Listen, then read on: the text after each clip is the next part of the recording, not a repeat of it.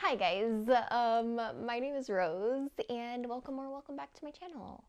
Did I say that out of order? Hi.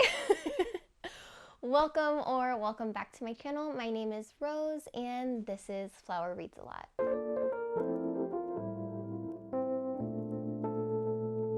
So if you notice, we are in a little cozier of a spot today.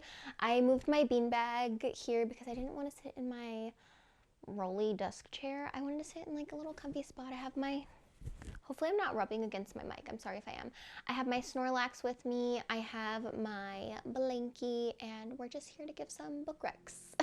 Now, I decided to do a book recs based off your favorite TV show.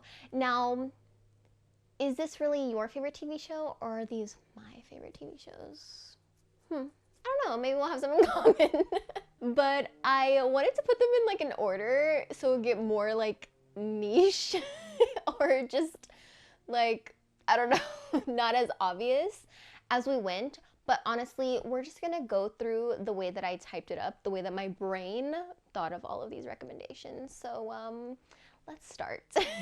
We're starting off very, very strong because this is honestly one of my favorite shows of all time ever existing in the world. It is Avatar: The Last Airbender.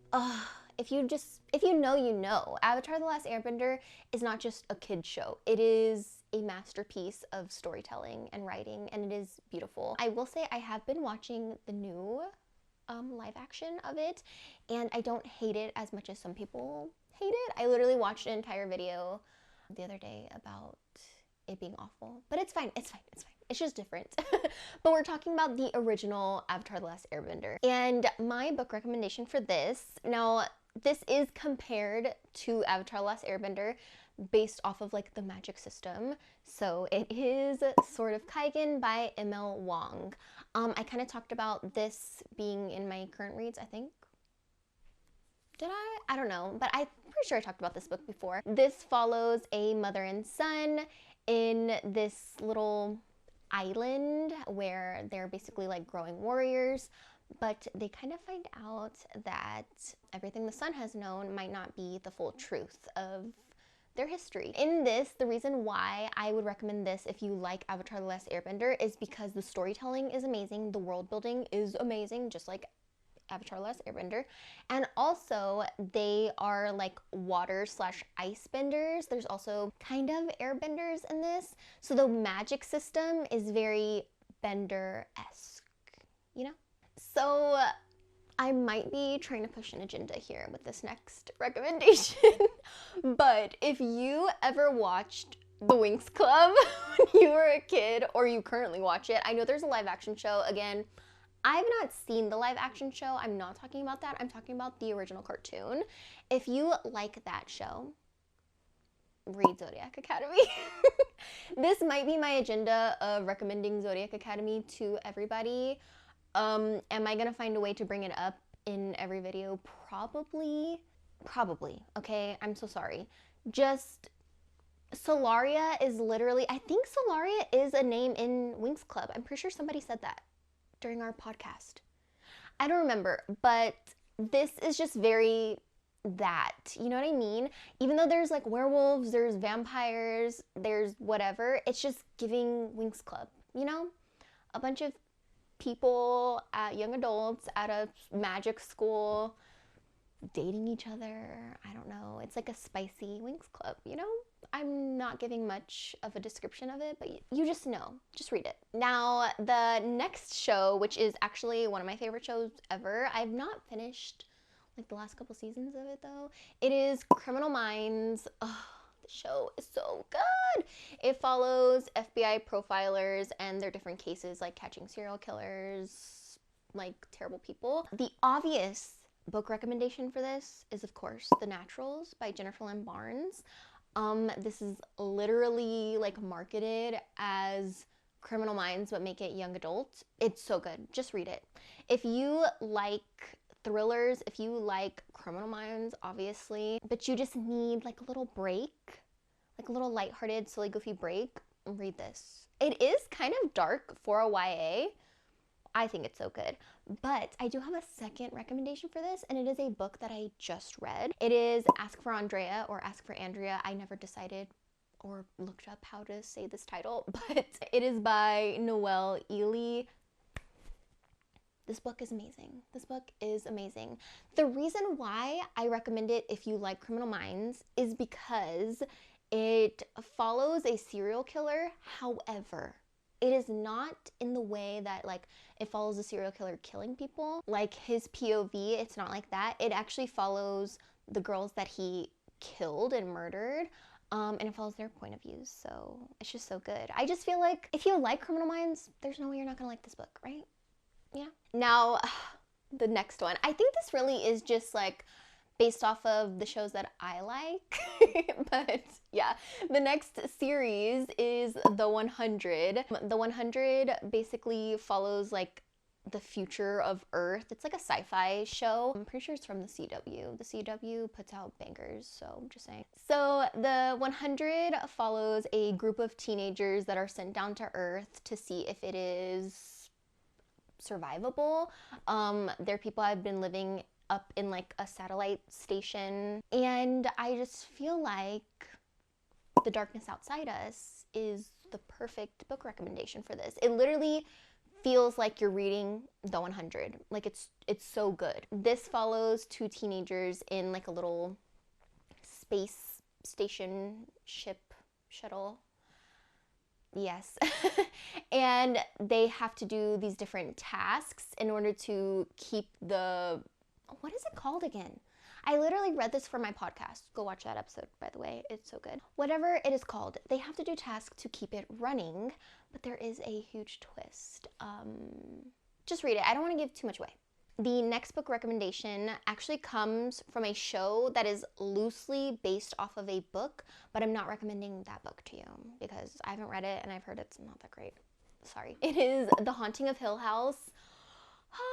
I'm going to say that about every one of these shows, but The Haunting of Hill House is actually one of my favorite shows ever. Probably top 5, just because the cinematography in that show, there's literally an entire episode that's like a one-shot, continuous shot episode. Oh, it is so good. Like the twists in that show, oh, I die. This show is amazing. And I feel like Home Before Dark by Riley Sager is the perfect recommendation because I was literally just picturing The Haunting of Hill House as I read this book. It's basically about this girl. Her father passes away, but her father leaves her this house. Imagine the Hill House. And their family had fled. Their family had fled from this haunted house, basically, whenever she was a child. And she thought that her father sold that house, but turns out that he didn't. He passed away and he left it to her. So she goes back to that house to try to basically discover the truth. And her father also wrote a book, just like one of the brothers in Haunting of Hill House wrote a book about the house. So it's dual timeline and it's a book within a book. It's just so good. Now, the next book recommendation is based off of the series Bridgerton. Oh, I love Bridgerton so much. I am obsessed with Bridgerton, as I'm sure many of you guys are. I could not, in my heart, I couldn't finish Queen Charlotte because it was just making me so sad. And I literally, whenever Farmer George started like having his episodes, I just could not finish that show. I couldn't. It was just too heartbreaking, but it was beautiful.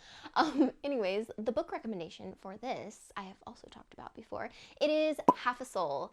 Now, this is kind of marketed as like Bridgerton, Pride and Prejudice meets Howl's Moving Castle.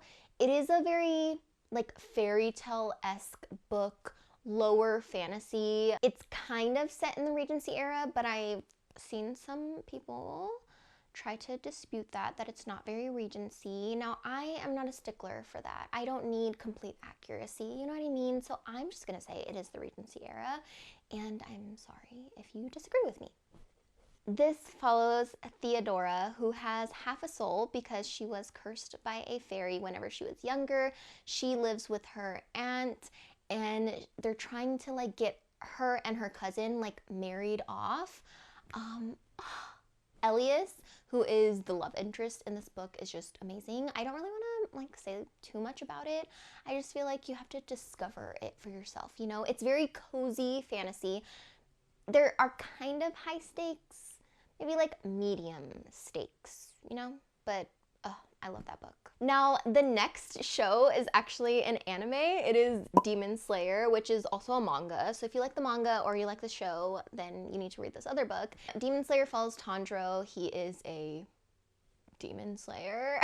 He becomes a demon slayer after his entire family was killed and his sister was turned into a demon. It is so good, and if you like that, you should read Of Blood and Fire by Ryan Cahill. We also did a podcast episode about that. Just saying, watch it. This follows a group of friends that are off on a journey.